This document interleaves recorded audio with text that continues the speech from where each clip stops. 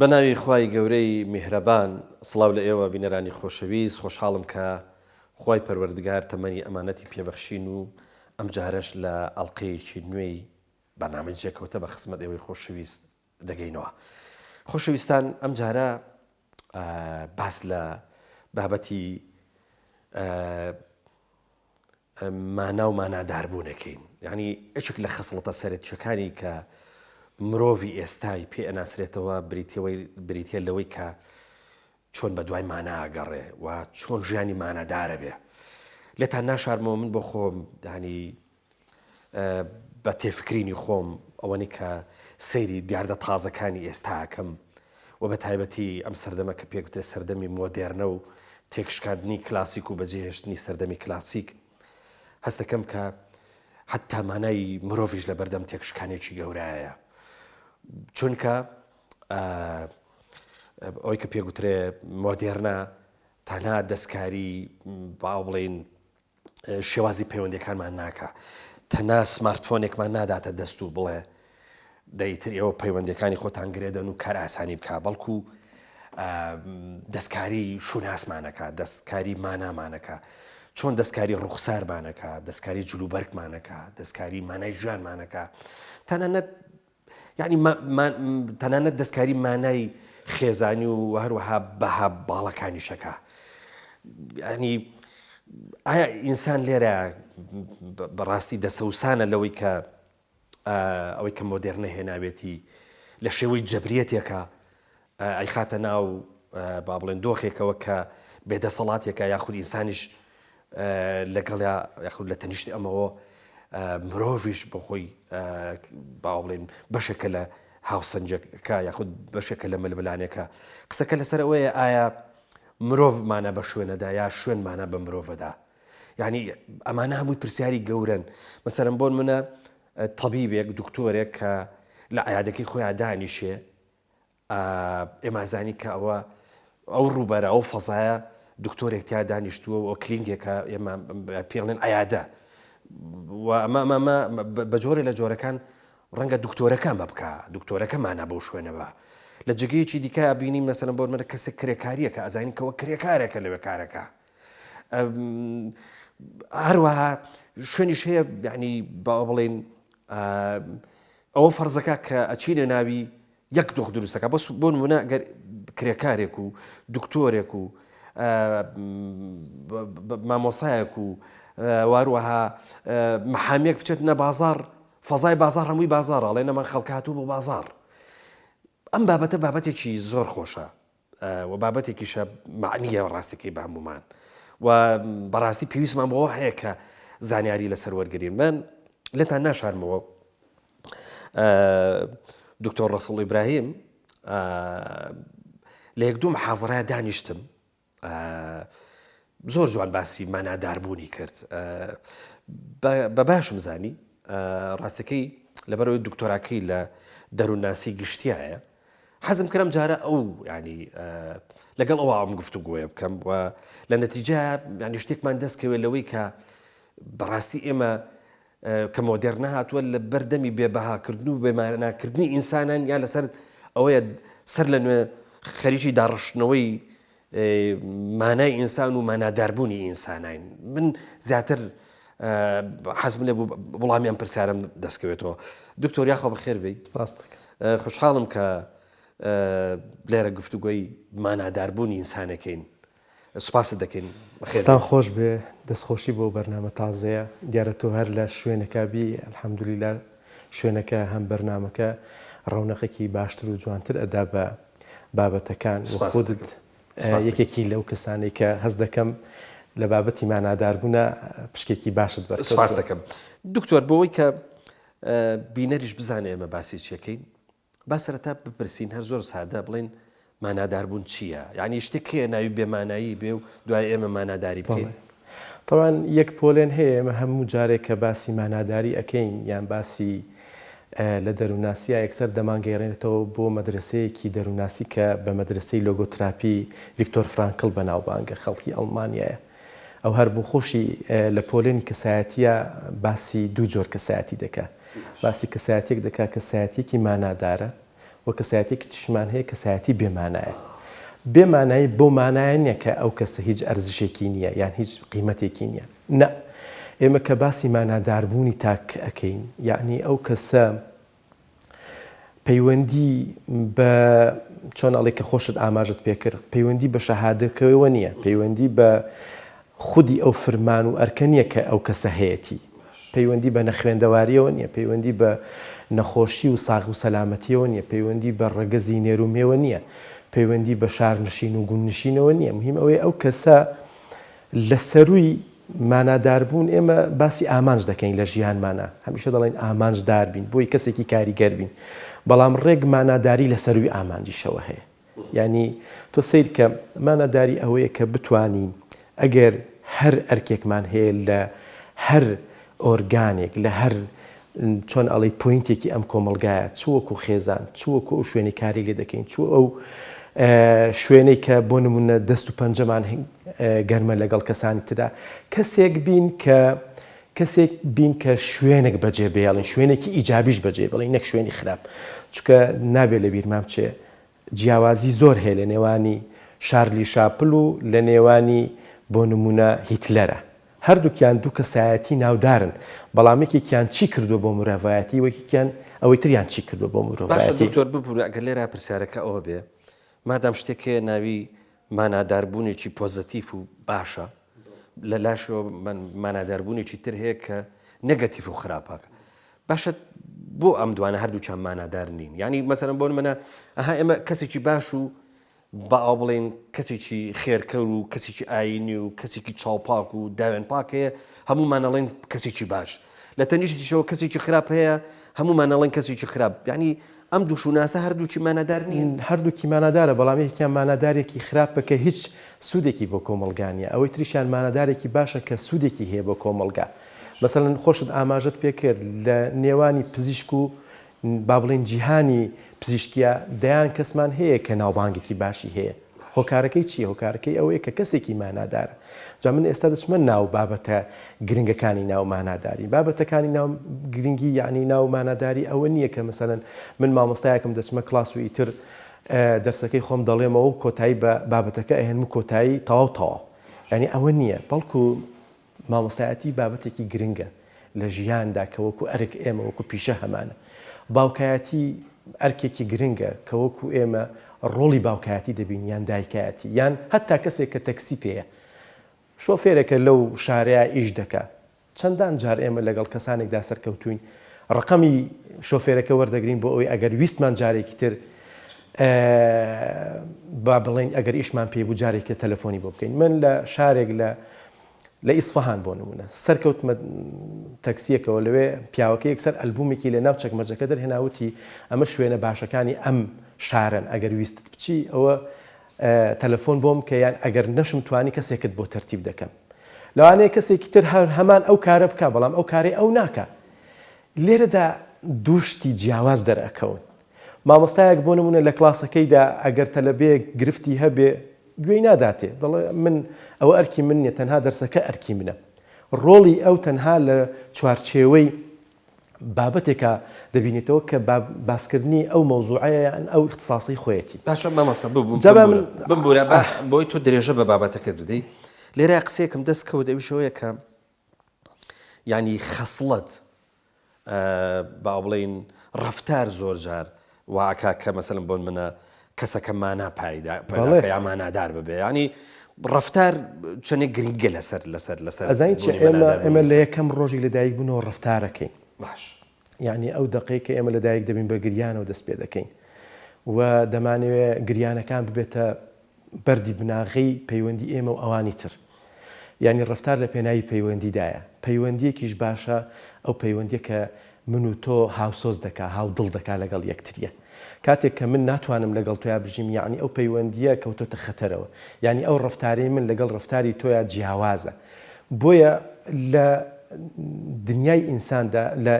لە ژیانی ئینساندا دوو دنیا هەیە. دنیایەک هەیە کە پێی دەگوترێت دنیای واقعی و دنیایەکیش هەیە کە پێی دەگوترێت دنیای خوازراوە یان دنیای ئایدیال. ئێمە هەموو ڕۆژە هەوڵ دەدەین کە بگەینە ئەو دنیایە. یعنی من ئەمڕۆ کە بیرم دەکردەوە لەگەڵ جەناب تا بەرنامەیەک پێشکەش دەکەم، دنیای واقعی خۆم لەبەر چاو بوو و دنیای ئایدیالی من دنیای خوازراوی من دنیای خوازراوی من دنیای نمونەی من ئەوە بوو کە من بتوانم لەگەڵ تۆ باشترین بەرنامە پێشکەش بکەین کاتێک کە من و تۆ فیدباکی ئەو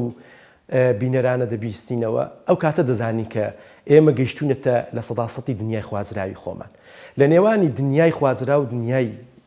چۆن ئەڵێ واقعیە دنیاک لەمپەر هەیە کۆمەڵک لەمپەر هەیە ئەو لەمپەرانە بەشێکن لەوەی کە ئینسان دەوەستێن زۆرجار کەسێک دەوەستێنێک کە جاری وا هەیە حوسەڵەی نییە بڕوا بۆ ئەوەی کە بگاتە نەتیجەیەک ئەو کەسە لە ژیانیدا کەسێکی چۆن ئەڵێ مانادار نییە هەتا لە ماڵەوە بۆ نمونە منەگە کێشەیەکم هەبێت لە ماڵەوە ئەگەر نەتوانم کێشەکە چارەسەر بکەم ناگەمە نەتیجەیەکی پۆزیتیڤ لە ژیانی خێزانیمدا ئەگەر لە ژیانی پیشەییمدا کێشەیەکم هەبێ نەگەمە دنیای خوازراوی خۆم لەبەر ئەوەی کە ئەم کێشەیە هەیە من ئەو کاتە نابم بە کەسێکی مانادار زۆر کەس هەیە لەم شارەیە پزیشکە بەڵام کامە پزیشکە مانادارە ئەو پزیشکە مانادارە کە من بۆ نمونە زۆر بە خەممەوەیە زۆر بە تەنگمەوەیە لەوانەیە هەندێک شت هەبێ اختصاسی ئەو نەبێ یەکسەر دەڵێ کاکە ئەمە بابەتەکە بابەتی من نییە من پێم باشە سەردانی فلانە پزیشکە بکەی و نەتیجەش بهێنیتەوە بۆ من ئەمە بۆ نمونە کەسی مانادارە کەسێک کە بازرگانە من ئەمەم زۆر جار باس کردو هەر بوو خۆم بینیومە لە فەیسبووکە جارێکیان سەیرمە کرد کەسێک ڕۆنی سیارە ئەکاتە ناو دەبێکەوە بە خەتی لاتینی ئینگلیزی لەزگەیەکی لێ دەدا لە عێراقا ئەمە ڕوەدا هەرچەندە شوێنەکە هەستم دەکرد کە شوێنێکی عەرەب نشین بێ ئەمە کەسێکە بازرگانی دەکا بەڵام بازرگانی بە چیەوە ئەکا بە شتێکی تەزویرەوەکە بە شتێکی ساختەوە ئەکا دوور نییە من و تۆ برای ئەو کەسە بین برای ئەو بازرگانە بین کە زەربە لە ئێمە دەدا ئەو کاتە کەسێکی مانادارە کە منفعەتێکی هەبێ بۆ کۆمەلگاکەی بۆ خێزانەکەی بۆ ئەو چوارچێوی کە ئەو شوێنێک کە ئیشی تێدا دەکا ئەوە کەسی مانادارە باشە دکتۆر با پرسیارێککە بکەم ماناداربوون ینی ڕوانگەیەکی جەبریەتیش هەیە بەسەن بۆ نمونە من لە لادێ لەدایک بووم من خەڵکی کوردستانم من بە زمانی کوردی قسە ئەکەم و من لە شاری سلێمانی لە گەڕشی ئازادی نیشتەجێم لە باوڵن لە بەریتانیا نیم لە لەندەن ناژیم بە زمانی کوردی قسە ئەکەم زمانی ئینگلیزی نازانم قسەکە لەسەرەوە ئەی جەبریەت چەند کاریگەرە جەبریەت ئێمە هیچ کەسێک حەزی لێ بچێتە ناو زیندان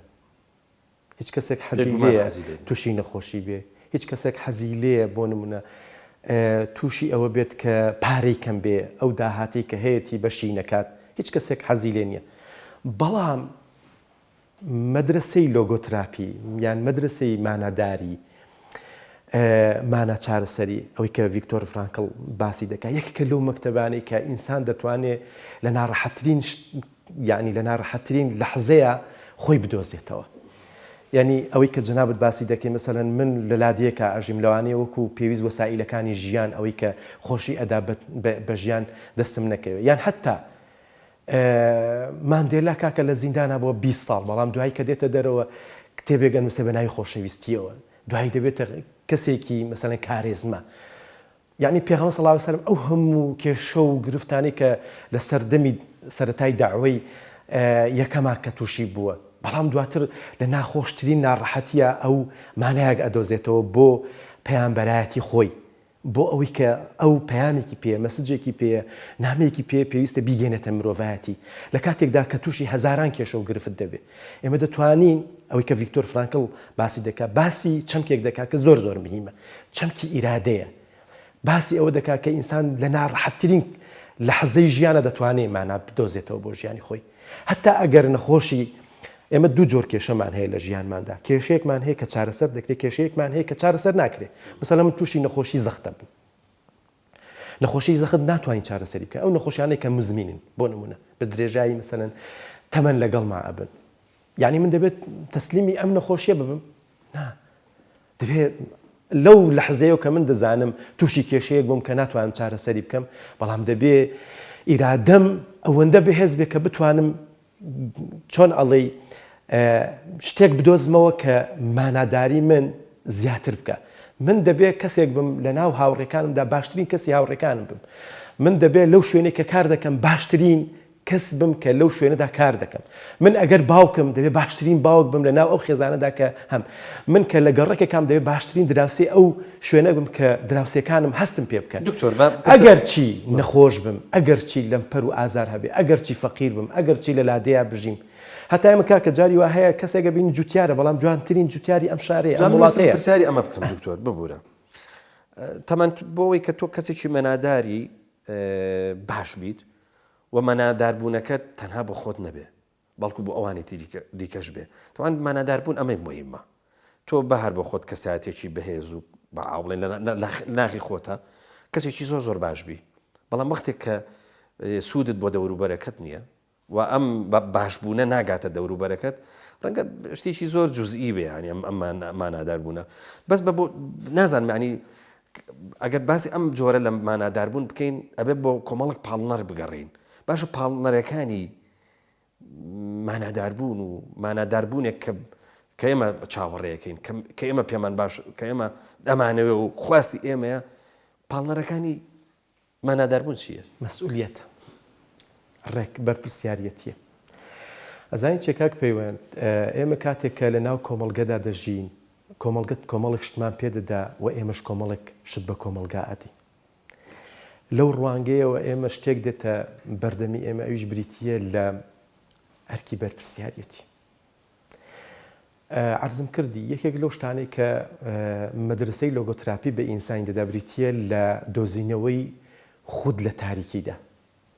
یەکێکتر لەوانەیە کە جوانیەک بە ئینساندا مەسەلەی بەرپرسیارەتیە لە بەرامبەر هەموو ئەو هەناسانەی کە ئێمە دەیدەین لە ژیانماندا ئەزانی ئێستا من و تۆ ئەگەر بڕیار بێ ئەمڕۆ ژمارەیەک هەناسە بدەین ژمارەیەک هەناسە لە ژیانمان کەم دەبێتەوە بەڵام مەدرسەی لۆگۆتراپی یەکێک لەو جوانیانەی کە بە ئینسانی دەبریتیە لە بەرپرسیارەتی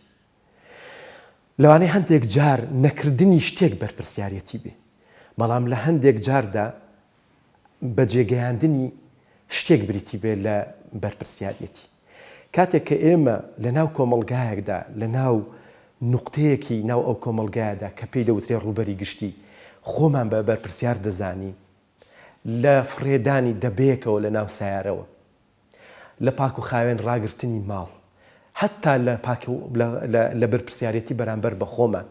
چکە یەکێک لەو شتانەیە کە بە ئینسانی دابریتیە لە بەرپرسیارەتی بەرامبەر بە خۆمان یەکێک لەو شتانە گرنگە ئێمە خوا بەو هەموو گەورەی خۆی جوانیەک و جەمالێتێکی بە ئێمە داوە ئێمەی بەدار دروست نەکردووە ئێمەی بە تەختە دروست نەکردووە ئێمەی بە بەر دروست نەکردووە ئاخر یۆنگ کە باسی کەسایەتی دەکا دابشکردنەکەی بەسەر دوو جۆر کەسایەتیدایە یۆنگ ساحبی تیۆریای شناختیە بە فارسەکە یعنی معریفی بە کوردیەکە یعنی معریفی باسی دوو جۆر کەسایەتیمان دەکا کەسایەتی وشیار و ناوشیار دەڵێ ئینسانەکان هەمووی وشیارن بەڵام بوونەوەرەکانی تر بۆ نمونە ئەگەر حیوانێک بێنینەوە حیوان لە دۆخی ناوشیاریدایە ڕاستە عەقڵی هەیە جەستەی هەیە هەموو شتێکی هەیە بەڵام منێکی ئینسان لەگەڵ ئەسپێکە هیچ جیاوازیەکەم نییە لە ڕووی بایۆلۆجیەوە یعنی ئەو چاوەی هەم من هەمە ئەویش هەیەی ئەو دڵی من لە ڕووی جەستەوە من ئەوەی کە من هەمە بەڵام ئەو بە شکلێک دروستکراوە من بە شکڵێکی تر دروستکراوم ئەوەی کە جیاوازیمان بۆ دروست دەکا بریتیە لە چی؟ بریتیە لە سیستەمی مرکزی دەماری کە عەقڵە ئەو عەقڵە هوشیاری دەدا بە ئینسان کاتێک کە ئینسان بەرپرسیارەتی نامێنێ دەچێتە دۆخێکی نائاگایی یعنی لەگەڵ ڕێزمدا ئەو قسەی من قسەی یۆنگە دەچێتە دۆخێکی یعنی هاو ئاستی بۆ نمونە ئەسپێکم ئاسکێکە کۆترێکە یعنی لە دۆخێکی نائاگاییدایە بۆیە یەکێک لەو شتانێک کە لۆگۆتراپی بە ئینسانی دەدا جوانیەک بە ئینساندا مەدرسەی ماناداری بریتیە لە بەرپرسیارەتی من بەرپرسیارم بەرامبەر بخۆم بەرامبەر بەخەوم بەرامبەر بە خۆراکم ئەوەی کە دەیخۆم بەرامبەر بە وەرزشکردنم بەرامبەر بە ئاستی زانەکیم ئاستی معریفیم دەبێت چی گۆڕانێک لە زانەکی مندا ڕووبدا لە معریفەی مندا ڕووبدا لە زانیاری مندا ڕووبدا من ئەگەر کەسێکی مانادار بم دەبێ لە ئاستی گۆڕانکاریەکاندا بم وەکو خود من دواتر ژیانم لە شوێنێکی ترایە کە پێی دەوترێ فامیلی پێی دەوترێ خێزان من دەبێت لە ئاستی گۆڕانکاریەکانی ئەم دنیاە چ چاوەڕوانێکم هەیە بۆ خێزانەکەم بە شێوازێک لەگەڵ دەوروبەرمە مامەڵەکەم کە خێزانم لێم ڕازی بن من لە خێزان و ماڵ و مناڵم ڕازی بن دواتر من لە شوێنێکی ترە کارەکەم کە بریتە لە شوێنی کارکردنم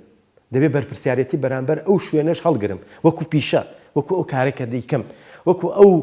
ئەرکەی کە لەسەر شانمە بۆ ئەوی کەسێکی مانادار زۆر باشە دکتۆر با دیسان پرسیارەکە بە جۆرێکی دیکە بکەمەوە ینی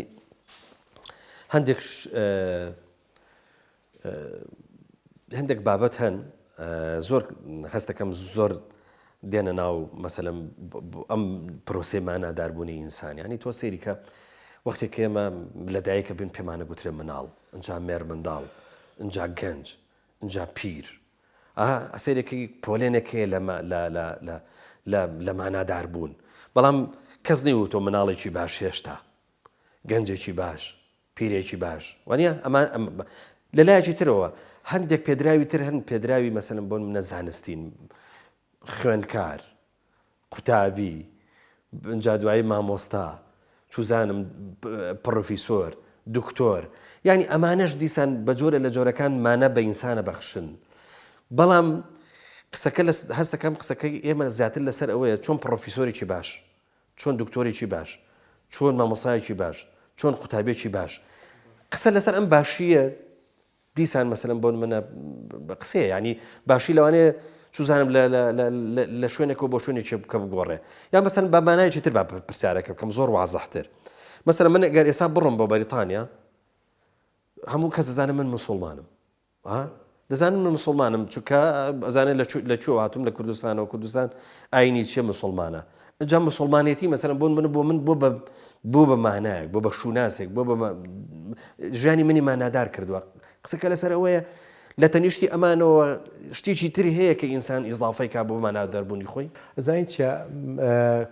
ینی پرسیارەکەی تۆ پێم وایە ئەگەر وا تێگەشت پێم چۆن دەتوانین ماناداری بەدەست بێنین من بەبەست مەزای چییە دەشێت دکتۆرمان زۆر بن بەڵێ بەس دکتۆرێکی باش دەشێت تەلارسازی باشمان هەبن تێگەشت تەلارسازی باش لەکوێیە دەشێت مەسەلەن بۆن من ئەوە یعنی یەکێک لە سەرچاوەکانی ماناداربوونی ئینسان بریتە لە ڕێگەی کارەوە ئەو کارێکە بەدەستیەوەتی ئەو کارێکە دیکا و پیشەی کە دیکە ئەزانین چیە ئینسان نابێت کەسێک بێ کە سنتەری ژیانکردنی چێژ بێت عکسی کارکردنەکەیەتی من کارێکەکەم کارەکە بۆ ئەوەیە کە من لە ئاخری مانگا شتێک وەرگرتم و بۆ خۆشیەکان و بۆ شادیەکان و بۆ مانەوەی خۆم ئەوە شتێکی مەشروع و هیچ مشکلەی نییە بەڵام کارکردن تۆ چی ئیزافە ئەەکەی بۆ ژیانی خەڵکی ئەمە زۆر زۆر گرنگە چ داهێنانێک دواتە سنتەری ماناداربوون بریتە لە کارکردن چ شتێک ئیزافە دەکەی لەسەر ئەوەی کە تۆ هەت ئەوەی کە ئاین پێڵی ئیخلاص بەڵێ مەسەلەن من بەرنامەیەکی مانادار چۆن دەتوانم بەرنامەیەکی مانادار پێشکەش بکەم چ ئیزافە دەکەم لەسەر ژیانی خەڵکی لەو کارێک کە هەمە لەو پیشەی کە هەمە ئەمە تەلەڤیزیۆنەکە ئەم تەلەڤیزیۆنە چ شتێک زیاد دەکا لەسەر چۆن ئەڵێی مامەڵی خەڵکی لەگەڵ دەوروبەریدا تۆ دەتەوێت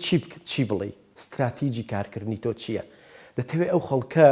چی بکات ینی کارکردن زۆر گرنگە کاک پەیوەند جا دووبارە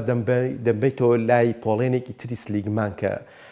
خاوەنی مەدرسەی ئیجابیە لە خەڵکی ئەمریکایە ئەم پیاوە دەڵێ سێ جۆر کەسایەتی هەیە یان سێ جۆر ژیانکردن هەیە ژیانێکیان بریتە لە ژیانی چێژ سەنتەری ینی ئیش دەکا بەڵام باکی ئەوە نیەکەوە برایەتیەوە خوشکێتیەوە خزمێتیەوە ناسیاوێتیەوە هاوڵاتیەتیەوە هاوزمە زبانێتی مهم ئەوەیە ئەو دەکاتە پر لە پێناوی گەیشتن بە چێژەکانی ئەنانیە ئافەر دوو ژیانێکی ترمان هەیە یان جۆرێکی لە کەسایەتی ترمان هەیە ئیژەکات بەڵام هیچ ئیزافە ناکات پزیشکێکە لە عیادەکەی خۆی دانیشتووە کەسێک دەچێتە لای بە هەر پزیشک نەیە مەسەلەن بازرگانێک بێ با چۆن ئەڵێی مەسەلەن کاسب کارێک بێ هەر ئیشێکە ئەیکات و هیچ ئیزافە ناکات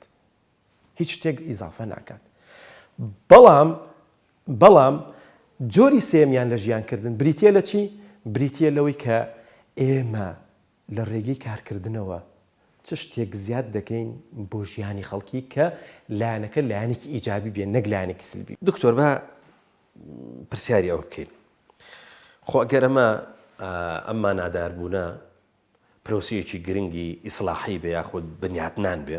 کە بە تەشید وایە چونکە ماناداربوون پرۆسیەکی بنیادنانی با بڵێن پۆزەتیڤە گرنگە باشە گرفتەکانی بربەستەکانی چین مەسەلەن بۆ منە بۆچی ئێمە ئینسانێک کە دۆزینەوە بەتەکید ژیانێکی ماناداری هەیە و ئینسانێکیش ڕەنگە دەستنیشان بکەین بەو مانایی کە ژیانێکی بێمانای هەیە ینی ئەم گرفتەکانی لەکوێن بربەستەکانی لەکوێن کاک پەیوەند مەسەلەی بۆ نمونە ئینسان بۆچی بێماناداری چۆن دەڵێ مەسەلەن چۆن دەبێتە ئینسانێکی بێمانە یەکێک لەو کێشانەی کە مرۆڤ هەیەی و لە ڕووی سایکۆلۆژیەوە ئەوەی کە فرانکل ئاماژەی پێ دەکات بریتیە لە خەلای وجودی کێشەی بوون ئەزانین چی هەندێک جار ئینسان دۆخێکی بۆ دێتە پێشەوە ئەم دۆخە هەست بە بۆشایەکی قوڵی بوونی خۆی ئەکات یعنی هیچ هەستێکی بوونی نییە ناتوانێت هیچ مانایەک بدۆزێتەوە یعنی ئەچەقێ وەکو وتم هەر بربەستێک دێتە پێشەوە ئیتر ئەوەستێت و لە ژیانیدا هیچ ئامانجێک نییە بۆی تێبکۆشێ ئەخر خۆ من دەبێ ئامانجم هەبێ لە بنیادنانی خێزانێکی سەرکەوتوو دەبێ من ئامانجم هەبێ لە بنیادنانی ئەو پیشەیە کە هەمە وەکو کەسێکی سەرکەوتوو دەبێ من ئامانجم هەبێ لە ژیانی مەسەلەن ئابووریم کۆمەڵایەتیم ئاینیم کاتێک کە من کەسێکی مەسەلەن بێ ئامانجم یەکسەر ئینسان تووشی حاڵەتێکی گرفتێک دەبێت کە پێی دەوتێ خەلای وجودی کە پێی دەوترێت بۆشایی بوون ینی ئەو کەسە لە بۆشایەکی بووندا دەژی کێشەیەکتر ئەوەیە کە پێی دەوترێ مەلەلی وجودی یعنی چی یعنی بێزاری بوونی یعنی بێزارە لە بوونی خۆی ینی هەر کەسێک بێزاری دەربڕی لەوەی کە من یعنی هیچ شتێک نەماوە کە مانایەکی جوامدا لەو ژیانەی منە ئەو کەسەیە کە حاڵەتی بێزاربوونی هەیە لە ڕووی دەرونیەوە دۆخێکە کە تێیدا مرۆڤ هەست بە چی دەکات هەست بەوە دەکات کە هیچ شتێک لەم ژیانەدا سەرنجی ڕناکێشی لە کاتێکدا ژیان هەمووی بۆ خۆی جوانی تێدایە خاڵێکی تر ئەوەیە کە فرانکل ئاماژەی پێ دەکات کە ئێمە هەمومان تووشی ئەم حاڵەتە بووین ئەویش پێی دەوترێ دابڕانی هەستی یان لاوازی هەستی یان نەمانی هەستی ینی چی ئەمە حەزەکەم تۆزێ ئاماژەی پێ بکەم چکە ئەمە ئەوەی کە من بینیومە هەمویان سایکۆلۆژین ئەو بەرکەوتنەی کە من هەمە ئەلەمەدایە کاک پەیوەند بۆی بینەر زۆر جوان حاڵی بێ ئەوەیە کە ئێمە 20 ساڵ لەمەوە پێش لەسەر ئەم جادانە لە ترافیکەکانە کەسێکمان نەدەبینی منداڵێکمان نەدەبینی کە سوال بکات ئێستا منداڵ کە دەبینین دێتە لای جامەکەتەوە تۆ هیچ هەستێکت نییە بەرامبەری لەبەرەوەی ئەمە چی بووە ئەمە وای لێ هاتووە ڕاهاتوین لەگەڵ ئەو مۆڕاڵ بووین لەگەڵ ئەم بابەتە فرانکل دەڵێ ئێمە یەکەم جار لە سزنەکەیە 4 ساڵ لە سزنا بووە طبعاً دایک و باوک و خزمکە سوکاری هەمووی لە بەرچاوی خۆی کوژراوە ئەڵێ یەکەم جار کە کەسێک ئازار ئەدرا ئیتر ئێمە زۆر ناڕەحەت دەبووین جاری وا هەبوو شەو خەومان لێ نەدەکەوت دەڵێ کەسێک کە بریندار دەبوو دەمان هێنا تداویمان ئەکرد و زامەکەیمان برینەکەمان تداوی دەکرد و زۆر ئیحساسێکی ناخۆشمان هەبوو بەرامبەر ئەو ئازاردانەی ئەوان دەڵێ دوای وای لێ هات ئێمە لەگەڵی ڕاهاتین خەڵک ئەمرد جاری وا هەبوو وەردوگا بوو مجەمع بوو ئەو کاتە ئێمەش وەردوگامان هەیە بینەر ئەزانێ وەردوگای دەست بەسەرداگرتنەکەی ئێمە دەڵێ جاری وا هەبوو لە وەردوگاکەیە نەفرێک مردووە چەند ڕۆژێک لێ بووە کەس ئیحساسی نەجوڵاوە بەرامبەری دەڵێ ئاخری چەند ساڵی ئاخیری پەتێک هەڵ واسرا بوو لە شوێنێکا دەیانوت هەر کەسێک کە حەزی لە ژیانکردنیە دەتوانێت لەوێ خۆی کۆتایی بە ژیانی خۆی ببهێنێ بەلای ئێمە زۆر ئاسایی بوو دەڵێ بۆم دەرکەوت کە ئێمە تووشی حاڵەتێک دەبین حاڵەتی بە فارسی پێی دەڵێ گرفتگی ئیحساس یعنی لاوازی ئیحساس کاتێک کە ئینسان تووشی لاوازی ئیحساس دەبێ من تووشی لاوازی ئیحساس دەبم تۆ یەکێکە کۆمەڵگە هەموو تووشی لاوازی ئیحساس دەبێت تووشی ئەوە دەبێت کە هیچ بەزەیەک نامێنێت لە ژیانی مرۆڤایەتیدا بۆیە یەکێک لەو شتانێک کە ئینسان لە ڕووی سایکۆلۆژی و ڕوبەڕووی دەبێتەوە هەندێک جار ئەوەیە کە ئیحساس نامێنێ جا بەرامبەر بە باوک نامێنێ بەرامبەر بە برا نامێنێ بەرامبەر بە خوشک نامێنێ بەرامبەر بە هاوڵاتی نامێنێ حتا ئەم لەحزەی کە ئێمە لە کوردستانی خۆماندا لە حاڵەتێکی زۆر ناهەمواردا دەژین خۆت ئاگاد لە وەزعی سیاسی و حکومرانی ئەم وڵاتە هەیە یعنی ئێمە خەریکە بێمانا دەکرین ئەم بێماناکردنەش لەسەر ئاستی حکومڕانیەوە نیە لە سەروی ئاستی حکومڕانی گەورەترەوەی کە جۆرێک لە سیستەمی عولەمە لە خەریکە باڵەکێشێ بەسەر ئینساندا کە دەیەوێ ئینسان بخاتە دۆخێکی بێماناییەوە یعنی هیچ مرۆڤێک هیچ ئەرزشێکی نەمێنێ هەتا دایک بۆ نمونە ئەرزشی ئەوەی نەمێنێ بەرامبەر بە ڕۆڵەکانی چاکەیەک ئاخر دەزانی کێشەیەکی گەورەی تاکی ئەوروپی چییە؟ مەسەلەی ئەوەیە کە کەس نازانێت دایک و باوکی لێکوێیە، کەس نازانێت منداڵەکانی چێن. یعنی ئەم شێواز و نەمەتی ژیانکردنە ئینسان بێئەحساس دەکات. یەکێکی تر لە ئاماژەشت پێکرد وابزانم پوچەڵگەراییە لەو خەلایانەی کە تووشی ئینسان دەبن. یعنی پوچگەرایی یعنی چی؟ یعنی دابڕینی هەموو شتە جوانەکان لە شتێکە تەنها هێشتنەوەی شتە ناشیرنەکان. جا ئێلبرت ئێلز یەکێکە لە زانا دەروونزانەکان کە ویش ساحبی مەکتەبێکی تایبەتی خۆیەتی باسی قانونێک دەکات کە دەبێتە کێشەیەکی گەورە لە ژیانی ئینساندا. ئەویش ئەوەیە کە هیچ کاتێک شتی جوان نبینین لە ژیانی خۆماندا، فلتەرێک دادنین لە مێشکماندا. یعنی شتە جوانەکان زۆرن لە یعنی حتا هەموو شتێک لە ژیانی سەیری ئەم ژوورەکە دنیا شتی جوانی تێدایە. بەڵام بۆچی ئینسان خۆی پرۆگرام دەکات، قانونێک بۆ ژیانی خۆی دادنێ، بۆ زهنی خۆی دادنێ، تەنها شتە ناشیرنەکان دەبین. آخر ئێمە جاری وا هەیە دەکەوینە گفتوگۆ لەگەڵ کۆمەڵە کەسێک. من ئەم ڕۆژانە داوەتێک بووم لە دیبیتێکم، کوڕێک لە تەنیشتم بوو، لە یەکەم لە حەزەی دانیشتنی هەتاوەکو کۆتایی تەنها فلتەری شتە جوانەکانی دەکرد، شتە ناشیرنەکانی دەبینی، شتە جوانەکانی نەدەبینی. ینی بڕات بێ من زۆر بەزەین پێدا هاتەوە، وتم دەبێت ئەم کەست چۆنی ژیان بکات. ینی هەتا جاری وا هەیە ئێمە سفرەیەک دادەخرێ چاومان لەسەر ئەوەیە کە چاومان لەسەر ئەوە نیە کە شتە جوانەکانی ببینین، نیعمەتەکانی ببینین. دایمە دەگەڕین بۆ ئەوەی ئەمان خوارداندراوە، ئەمان جوان نییە، لەمایان نایخۆم، ئەمە بۆچی سوێرە، ئەمە بۆچی نازانم کەم خوێە. ئێمە دەگەڕین بە دوای عیب و عارەکانە. کاتێک کە ئینسان بەو شێوەیە بەو نەمەتە بیری کردەوە هیچ شتێک نامێنێتەوە کە لەزەتی لێ ببن. ئەو کاتە تووشی حاڵەتێک دەبێت کە پێی دەوترێ پوچەڵگەرایی. یعنی ئەم کەسە مانایی لە دەست دەدا لە ژیانیدا. دکتۆر بەداخەوە ناتوانم ئێستا زۆر وردی کەمەوە لەگەڵ تا لەسەر ئەوەی کە چی زۆر بێ ئەحساسی دروستەکەوە، چی وامان لەیەکا کە وردە وردەوامان لێ ببین بە مرۆڤی بێ ئەحساس. تەمان ڕەنگە هۆکارگەلی زۆر گەورە هەبن و لە ناویشە دەسەڵاتی سیاسی بەڕاستی زۆر کاریگەری لەسەر بێ ئەحساسکردن و هەروەها ڕەشبینکردنی ئینسان هەیە. ناتوانم ئێستا ئەوە زۆر بچمە لای ئەو بابەتە، چونکە ئەو بابەتێکی با بڵێن هەویرێکە ئاو زۆرە کێشێ. بەس قسەکە لەسەرەوەیە ئێمە پێدراویی گرنگمان هەیە دکتۆر، ئێمە موسڵمانین، شتێکمان هەیە ناوی ئاینە، ناوی دینە. ینی تۆ سەیرەکەی هەموو شتێکی ئاین بە ماناداربوون دەست پێەکە. ینی وەختێک کە تۆ با بڵێن لە ڕەحمی دایکە جوابی تۆی تێ دەرەوە بەوەی مانایەک بە بوونی تۆ بدەن، جۆزەبانە بووەکەن، مەڕە مناڵە بووەکەن، چوزانم ینی ئەتوانن ینی خۆشەکانیان بکەن بە مناسبەیەکی گەورە. دوایی مەسەلەن بۆ منە ئاین کۆمەڵک پێدراوی هەیە، کۆمەڵک دێسپلینی هەیە، ئەڵێ ئەگەر تۆ ئەم پێدراوانە جێبەجێ بکەی، ئەم دێسپلێنانە جێبەجێ بکەی، دوجار ئەبێ بە کەسێکی باش لەناو کۆمەلگاکەی خۆتە، دواییش گرەوەکە تۆی بیتەوە لە بەڕۆی لانی کەم تۆ قیامەتت هەیە و لە نەتیجە تۆ لە بەهەشت ئاگەی بە نەمەری ئەگەر ئەچیتە خولوت. یعنی یەک پرۆسەی دوا بە دوای یەک زنجیرەی هەیە لەناو ئاینە، بەتابەتی لەناو ئیسلامە بۆ ماناداربوونی ئینسان. ئاین چ جێکەوتەیەکی هەیە لەم نێوەندەیە؟ ئەزانی ئێمە سوپاس بخوای گەورە کە لە کۆمەڵگایەکدا دەژین کە بەشێکی زۆری وابەستەیە بە دین، بەڵام بەداخەوە لەوانەیە هەندێک جار دینیشمان بە شێوازێک وەرگرت بێ کە ماناداری ناتوانین لێوەربگری. ئەگەر سەیری سیرەی پێغەمبەر بکەی صلی الله علیه وسلم و سەیری ژیانی ئەسحاب بکەی و ئەوانی کە لە دوای ئەوانەوە هاتوون، ئەزانی کاک پەیوەند یەک شت هەیە ئینسان دەتوانێت مانادار بکە، هەر زۆر بە کورتی، مەسەلەی قودوە بوونە. یعنی ئێمە لە ژیانی ئێمەدا، لە ژیانی تاکی موسڵماندا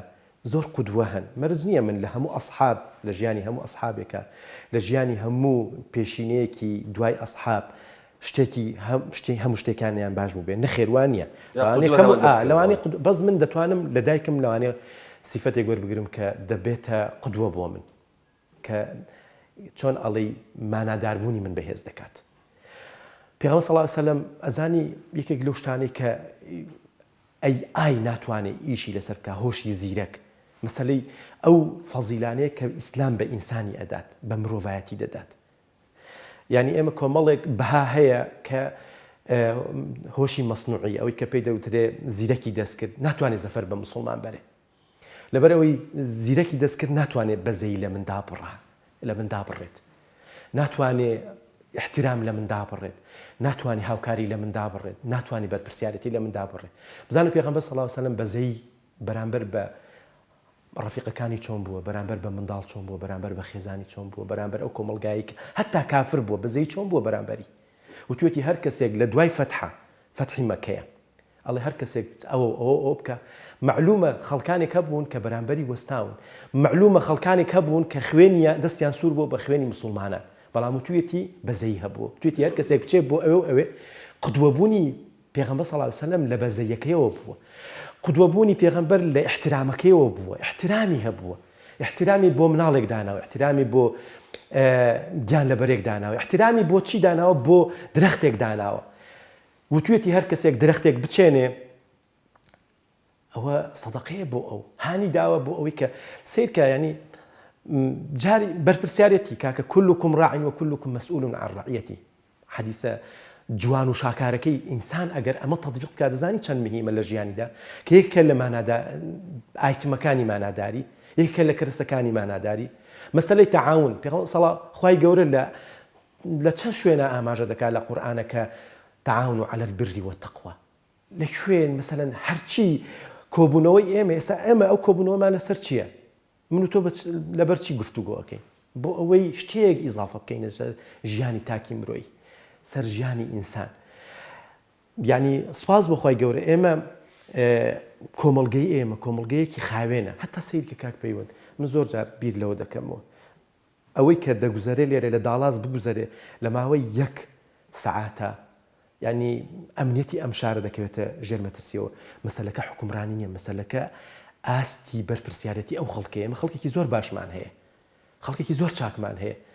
تۆ سیرکە لە چوویتە بازاڕی دۆلارەکە کاک پەیوەند منداڵێکی ئەوەندە مەسەلەن بۆ دۆلار نەبوو چونکە دۆلارم پێ نەبووە نا بێدا ڕۆیشتن چکە ڕێگەی هەمومانە یعنی سیرەکەی منداڵێکی تقریبا 17 ساڵ یەک کارتۆن پارەی لەسەر شانیەتی دەیگوازێتەوە ئەزانی ئەوە لە ئەمریکا شتیوان نییە یەکسەر مافیاکان لەوێ بە هەزاران نەفەر کۆ دەبنەوە ئەم کەسە دەفڕێنن ئێمە سیاری بە 4 دەفتەرە لەبەر دەرگایە بۆ نمونە من هەتا ئێستا ماڵم کەتیبەی نییە لەبەرەوەی ئەوەندە ئەمینم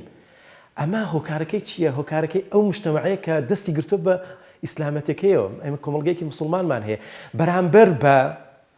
بەرامبەر بە پێدراوەکانمان بەرپرسیاری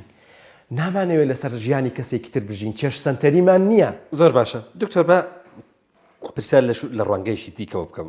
تەمان من ئەم شۆ باسی ئەومە کرد کە بە ئەندازەی ئارامیمان پەنجەرەکانمان گەوراکەین ئەزانی خەریکە ساوردەوەردە دەرگاکانیشمانە بن بە دەرگای شوشە دەبن بەنجام ینی جاران پەنجەرەکان بچووک بوون و لەبەروێ هەستی ئەمنیەت لەناو خێزانەکانە ڕەنگە کەم بۆ بێ بەستا ماشەڵڵا مۆدیلی پەنجەرەی گەورەیە دکتۆر باسی ئەوم کرد لە سەرەتای بەرنامەکەیە کە بەویستی ئێمە نەبووە کە مۆدێرنا دنیای کرد بە شارێک لانی کەم چەند ناڵەن گوندێکی گەورە کردێتی بە شارێک ینی مۆدێرنە دەستکاری زۆر بەهای گەورەی ئێمەی کردو جاران ئێمە بەیەکەوە شینمانە جێڕا بەیەکەوە شایمانە کرد ئەزانی جاران ئەگەر ئێچێکمان خەمبار بوومەینایە هەمومان لەگەڵیانە خەمبارە بووین بەڵام ئەگەر خۆشێکیشی هەبوایە لانی کەم بەشداری خۆشەکەیمانە کرد شایی کوردی لەمەوە هاتووەکە نەک هەر گوندەکانی دەوروبەریش دەبووە لەو خۆشیە بەشدار بن لیانە جێڕانەوە ئەگەر هەڵیش پەڕینایە بەیەکەوە هەڵە پەڕین و خۆشیان دەرەبڕی بەڵام ئێستا جیهانگیری دەستکاریەمانەی کردووە بۆ خۆت باشت کرد وتت مرۆڤی ئەنانی کردووە چەند نییە لە ناو خێزانیشە خۆشی یەک تاک یەکسان بێ بە خۆشی خێزانەکە دەستکاری گەلێک بەهای ئێمەی کردووە بەڵام لە ناو ئەمانەیە بەهاداربوونی ئێمە چۆن بەرکەوتووە مە بەسم وەیە ئایا کاریگەری نێگەتیفی لەسەر ئێمە دروست کردووە و ئەگەر هینیش بە ئێمە چۆن تازە هاتووە مۆدێرنە هاتووەتە ناومانەوە بەس چۆن دەست و پەنجەی لەگەڵان نەرم بکەین بەوەی کە بەهاداربوونەکەمان بە شێوەیەکی باش ئێمە بکمان گەلێکی مسلمانی لانی کەم وەکو مسلمانێکی باش بێنینەوە قسەیەکی چۆن ئەڵێ باو هەیە ئێستا لەسەر ئاستی هەموو دنیا کە تەکنەلۆژیا کاریگەریکی گەورەی لەسەر میل و حەز و ئارەزوەکانی ئینسان کردووە ڕاستە کار ئاسانی زۆری کردووە من نەتوانم بەهۆی مۆبایلەکەمەوە لەگەڵ دوورترین شوێنە بە سەوت و سوورە قسە بکەم ڕاستە مەسەلەن کەسێک لە بەریتانیاوە دکتۆرێک پزیشکێک دەتوانێت لە خستەخانێک لە خستەخانەکانی شاری سلێمانیان هەولێر عملیاتێک ئەنجام بدا لە ڕێگەی ئەو کەرەسە پێشکەوتوانەی کە هەیە بەڵام لە هەمان کاتیشدا شتێک هەیە لەسەر تەکنەلۆژیا لەسەر ئەو ژیاری کە ئێستا هەیەی کە چەند ئینسانی ناڕەحەت کردووە لە ڕووی دەرونیە و لە ڕووی سایکۆلۆژیە دەڵێ پێویستە ستۆپی پێ بکرێت پێویستە بوەستێنرێت یعنی ئینسان تااقەتی نەما توانای نەما ناتوانێت بۆ لەبەر ئەوەی جا من هەمیشە ینی بەرامبەر ئەوە کە دەڵێم چی باشە بکرێت ئەوەیە کە ئینسان بگەڕێتەوە بۆ ئەسڵی ئامانج لە بوونی خۆیدا چییە ئێمە بۆچی هاتوونێتە ئەم دنیاە ئەزانی کاک پەیوەندیەکێک لەو شتانەیە کە ئینسان دەگەڕێنێتەوە ئەوەی کە ماناداری بدا بە ژیانی بریتە لە پرسیار زۆر گرنگە ئێمە بەشێکی ژیانی هەمومان هەمووی پرسیار ئێستا تۆ ئەم بەیانی هەستاوی دنیاک پرسیارە لە خۆت کردووە ئەرێ ئێستا چی بخۆم ئەرێ ئێستا چی لەبەر بکەم دەچم بۆ بەرنامە چی بڵێم چۆن بڵێم یان بۆ نمونە ئەمڕۆ لەگەڵ فلانە کەسەیە چۆن مامەڵە بکەم ئەم بەرنمەیە چۆن دیزاین بکەین چۆن تەرتیبی بکەین چۆن پرسیار بکەین ئەم بابەتانە هەمووی بۆتە ماخۆلانی مێشکی ئینسان پرسیار وای لێ کرد کە ئاستی ئینسان لە ڕووی ژیاریەوە بگاتە ئەم قۆناغی ئێستا بەڵام لە هەمان کاتیشدا لە هەمان ئەو کاتانێکە بۆ نمونە خۆشیەک ئەدا بە ئینسان حەزێکی ئینسان تێر دەکات میلێکی ئینسان پڕ دەکاتەوە لە هەمان کاتیشدا ئەو کەسانی کە دەستیان پێی ناگا بۆ ئەو خۆشیە بێتاقەتیان دەکات بۆیە یەکێک لەو شتانەی کە ئینسان پێویستە لە هەر مووقعێکی ژیانی خێزانی کۆمەڵایەتی سیاسیدا پێویستە چێژ لەو پێدراوانە وەربگرێت کە پێیدراون ئەو یەکەمین نوقتەیە لە بەلای منەوە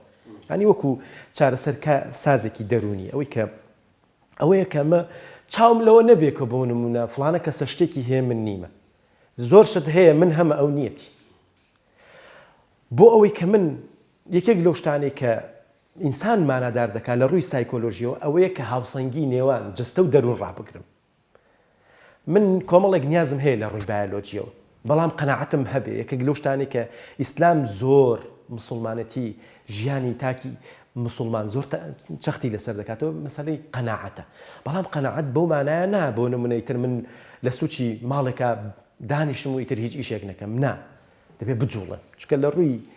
زانستی فیزیکیشەوە ئەوەی کە پێی دەوترێت سۆپەر فیزیک یعنی ئەوەی کە لە سەروی فیزیاشەوەی ئینسان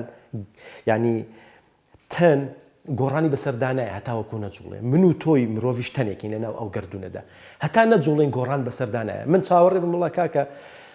لەبەر دەرگا ئەوە ماڵەکەم بەو شێوەیە مەسەلەن خێرەوەمەندێک دێ یارمەتیم دەدا نا دەبێت ئینسان بجوڵێ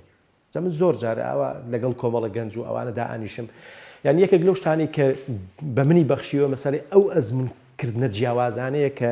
لە کۆمەڵێک وێزگەی جیاوازە من ژیانم لەوانەیە زۆر جیاواز بێت جۆرێکیش لە شارەزایی هەیە لە ژیانی منە مەسەلەن من لە شوێنێکە ژیاوم کە شوێنێکی چۆن ئەڵێ مەحەلی بووە هەموو کەس ئاگای لە یەکتری بووە جۆرێک لە نەمەتی ژیان یەک نەمەتی بووە دواتر هاتوومەتە شار مەسەلەن کۆمەڵە گۆڕانی چۆن ئەڵێ ڕوانگەی من بۆ ژیانکردن گۆڕانی بەسەردا هاتووە چوومەتە دەرەوە مەسەلەن ئەو مەراحیلانەی کە لە ڕووی ئەکادیمیەوە 3 ساڵ لە ماستەر و 4 ساڵ 5 ساڵ لە دکتۆرا خەریک بووم ینی هەرچەندە ئینسان بە پێی ئەوەی کە تەمەنی دەچێتە سەرەوە گۆڕانێکی تێڕوانینی دەگۆڕێت بۆ ژیانکردن ئەو عەقڵەی وەکو جاران نامێنێ هەندێک شت هەیە مەهام بووە لە ژیانی خۆیدا لە تەمەنێکدا بەس ئێستا مەهام نییە گرنگی نییە بەڵام زۆر شت هەیە ئینسان پێویستە دەرسی لێوە بگرێ مەسەلەی کۆمەڵێک خاڵە من بەسەری زۆر بە کورتی یەکێک لەوانە مەسەلەی ئەزمونکردنە ئێمە دەبێت هەموو ئەزمونێک کە هەموو وێزگەیەکی ژیان کە تووشی کۆمەڵێک ئەزمونکردن دەبێت خۆشی لێوە بگرین واز لە ناخۆشیەکانی بێنە واز لە ناڕەحەتیەکانی بێنە ینی ئازار بەشێکە دەبێت ئەسڵەن من کە ویستم لە ڕووی فەلسەفیەوە باسی بکەم مەسەلەی ئازارە یعنی تێگەیشتن لەوەی کە زۆر جار ئینسان دەتوانێت لە ئازارە خۆی بدۆزێتەوە ئەخە دەزانی فرانکڵ چۆن خۆی دۆزیوەتەوە ینی وای لێ هاتووە پزیشکێکی دەرونی بچێتە ناو مەسەلەن سجنێکەوە 4 ساڵ لەوێدا بێ اینجا ئایدیایەکی بۆ دروست بووە بیرێکی بۆ دروست بووە کە سیرەکەی ئێستا مەدرسەیەکە بۆ چارەسەرکردنی گرفتە دەرونیەکان و لە ڕێگەی DSMەوە ئەترافی پێکراوە. یعنی یەکێکە لەو ڕێگانە کە ئێمە دەتوانین چۆن ئەڵێ کەسێک کە ئازارێکی دەرونی هەیە کێشەیەکی دەرونی هەیە لە ڕێگەی ئەم میتۆدۆ چارەسەری بکەین کە مانادەرمانیە کە چۆن دەتوانین لە ئازارە گەورە بین، چۆن دەتوانین لە تاریکیە ڕۆشنایی بدۆزینەوە. یەکێکی تر لەوانە مامۆستا بریتیە لە هەڵوێست. ئێمە هەموو ڕۆژە تووشی کێشە ئەبین، بەڵام گرنگ ئەوەیە ئێمە فیدباکمان بەرامبەر ئەو کێشانە چییە. ئەبێ لەگەڵ هەموو لەحزەیەکە کە تووشی گرفتێک دەبین جا چ لە ڕووی بایۆلۆجیەوە بێت، چ لە ڕووی دەرونیەوە بێت، چ لە ڕووی کۆمیونیکیشن و پەیوەندی لەگەڵ ئەمە ئەوانی تر بێت، دەبێت ئەگەر کێشێک هەیە دەبێت لە جیاتیەوەی چاو بگێڕین لەوەی کە بەرامبەرەکە پشتی بدەین بە عەرزە، دەبێت چارەسەرەکە بدۆزینەوە. ئەو زۆر گرنگە. خاڵێکی تر بریتیە لە پەیوەندی کە من زۆر ئیحتیمامی پێ دەدەم. ئەزانین چێکەک پەیوەند ئێمە خوای گەورە کە دروستی کردوین یەکێک لەو شتانێک کە پێی داوین و بۆ ئەوە دروستی کردوین مەسەلەی پەیوەندیە. ئەزانی ڕفتاری ئێمە لە 95 بریتیە لە پەیوەندی، بریتیە لە کۆمیونیکیشن، بریتیە لەوەی کە من چۆن لەگەڵ ئەم و ئەوە هەڵس و کەوت دەکەم. ئێمە لە کۆمەلگایەک داین، کۆمەلگاکە بە شێوازێک بەیەک زمان قسە ئەکا، کۆمەلگای کوردیە، موقعێکی جوگرافی هەیە. یەکەم لەحزەکە من لەدایک دەبم وەکو زیندەوەرێک لە ڕووی بایۆلۆجیەوە پەیوەندی دروست دەکەم لەگەڵ دایکم، لەگەڵ خێزانم، لەگەڵ کۆڵانم، لەگەڵ قوتابخانەکەم، لەگەڵ زانکۆکەم، لەگەڵ ئەو شوێنەی کاری تێدا دەکەم. یەکێکی تر لەوانە ئەگەر بیکەین ئاخر خاڵ مەسەلەی ماناداری باوەڕیە. من چۆن دەتوانم موسڵمانێکی باش بم؟ خەلەلی موسڵمانی ئەمڕۆ کاک پەیوەند لەگەڵ ڕێزمە بۆ نوێشکەرێک، بۆ ڕۆژ و گرێک، بۆ کەسێک. یعنی پێغەمبەر صلی الله علیه و سلم بۆچی دەڵێ سەدەقە بکەن ئەگەر دەستی ڕاست کردی با دەستی چەپ ئاگای لێ نەبێت، بۆ ئەوەی پەیوەندیەکە لەگەڵ کەسی بەرامبەرە کە سەدەقەکەی پێشکەش دەکەی تێک نەچێت. گرنگەکەی لەوەدایە. ئەزانی زۆر جاری وهەیە ئێمە لە سەفی یەکەمی نوێژین بەڵام درۆ ئەکەین، بەڵام ڕاز ناکەین لەگەڵ خۆمانە، هەتا ڕاز ناکەین لەگەڵ خۆمانە. کاکە ئەم جستەیە ئامانەتە بەرامبەر بە تۆ، دراوە بە تۆ، دەبێت پێویستە پارێزگاری لێ بکەیت. ئەم ڕۆدانێکی تۆ ئازاری هەیە، ئەگەر ئەمڕۆ 25,000 تێ بچێت، ساڵێکی تر 300 دلار تێچێت. ئێمە نەماتوانیوە ئەو ئامانەتی کە لە لامانە خوای گەورە پێی داوین وەکو جستە بیپارێزین. من کاتێک مانادار دەبم کە هەموو شتێکی بچووک بخوێنمەوە. ئاخر قسەی من کە لەسەر یەکێکە لە تەکنیکە زۆر گرنگەکانی ماناداری بریتیە لە چی؟ بریتیە لە خود ئاگای. دائیمە ئێمە ئاگامان لە خۆمان بێ. ئێستا من ئەچمەوە ماڵەوە دەبێ ئاگام لە خۆم بێ، نابێ کێشەیە کە لێرە هەیە داخڵ بە کێشەی عائیلی بکەم. دەچمە شوێنی ئیشکردن، نابێ کێشەی دەرەوە داخڵ بە شوێنی کارکردن بکەم. دەبێ دائیمە من شتێک هەیە لە دەرووناسیە زۆر جوانە کێکێکە لە تەکنیکانی خود ئاگای بریتیە لە تەوسیە عەقلی. دائیمە ئامۆژگاری عەقلی خۆم بکەم. من لەگەڵ کاک پەیوەندا دادەنیشم چۆن مامەڵەی لەگەڵ بکەم، من لەگەڵ بەڕێوەبەرەکەما دانیشم چۆن مامەڵەی لەگەڵ بکەم، من لەگەڵ ئەو کەسە ئیش دەکەم کە کارمەندە لە لای من چۆن ئیشی لەگەڵ بکەم، چۆن مامەڵەی لەگەڵ بکەم. دەستخۆش دکتۆر ڕەسوڵ ئیبراهیم، گفتوگۆکە زۆر خۆش بوو. من ئەزانم تۆ قسەت زۆر ماوە بیکەی، بەڵام ماوەی بەرنامەکەی مێش هەرەوە نەبوو. تەمەناواکەم کە ئینشەڵا ئەوەی کە یامانە بە بینەرانی خۆشەویست بۆ ژیانێکی مانادار قبوڵیان کردبێەوە. ئێمە هێشتا گەلێکین ئەلحەمدوللا مانای گەورە لە ژیانمانە ماوە، فرسەتی زۆر گەورە لە ژیانی ئەمایە. ئێمە گەلێکی موسڵمانین و باوەڕمان بەوەیە کە عەقیدەمان وایە کە ئێمە قیامەتێکی مسۆگەری ئینشەڵا چاوەڕێمانەکان. لەبەرەوە بە هەموو شێوەیەک ئەبێ ئێمە ژیانێکی مانادار بێ و دوورکەوینەوە لەو ژیانە سلبی و خراپەی کە هەمومان نەهیلەکەین. لێرەوە پێتان ئەڵم تاکو گەشتنەوە بە یەکتری و بەرنامەیەکی دیکە و ئەڵقەیەکی دیکەی جێکەوتە. هەمووتان بەخوای گەورە ئەسپێرم. خواتان لەگەڵ.